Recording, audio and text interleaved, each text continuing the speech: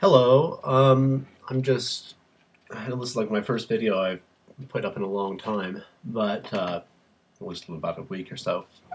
Finally got a day off, or not a day off, but some time off after work when I have sort of to myself and have a chance to talk a little bit.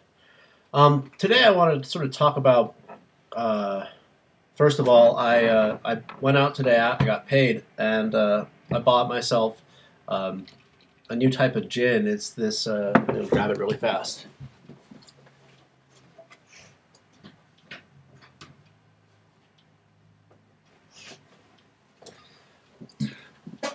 Sorry for the delay. It's this Monopolova dry gin.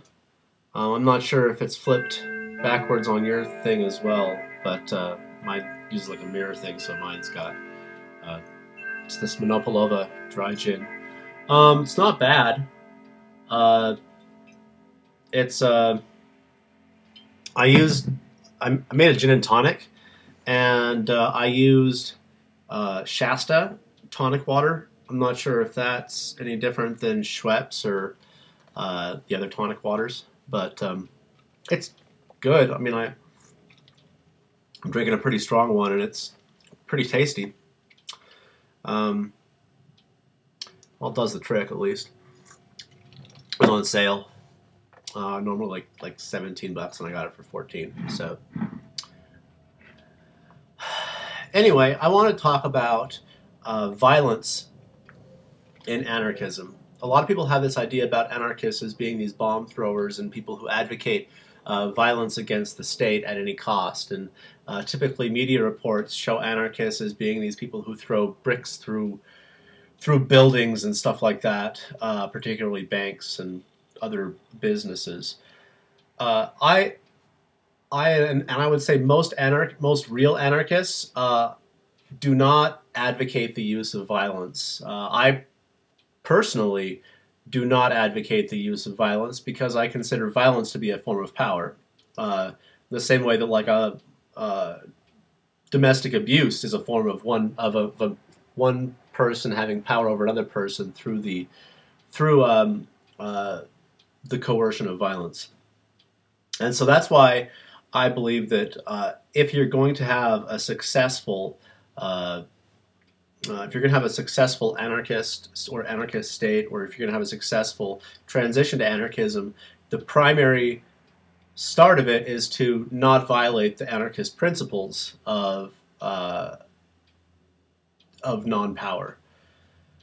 So that's why I personally am opposed to violence, and I think that people who put on the capes and masks and throw stuff at police officers are doing themselves a big disservice, and they're just making it worse for the rest of us because the media loves to pick up on that kind of stuff.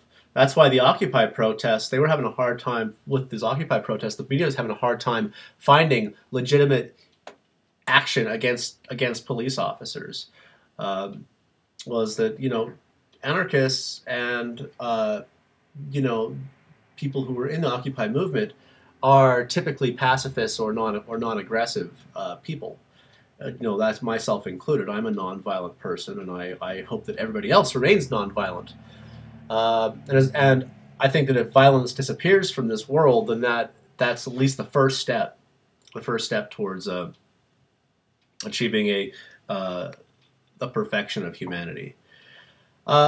Anyway, I just wanted to call. I got these contacts that are really bothering me today, but I just wanted to call. I just wanted to touch base and say, that violence and anarchism are two totally different things. And anybody who claims themselves to be an anarchist that's actually using violence is just demonstrating their use of their own power. And they're no better than a totalitarian state like communism or fascism. It's all basically still uses the form of one person having control over another person through fear. And that's what I have to say about that.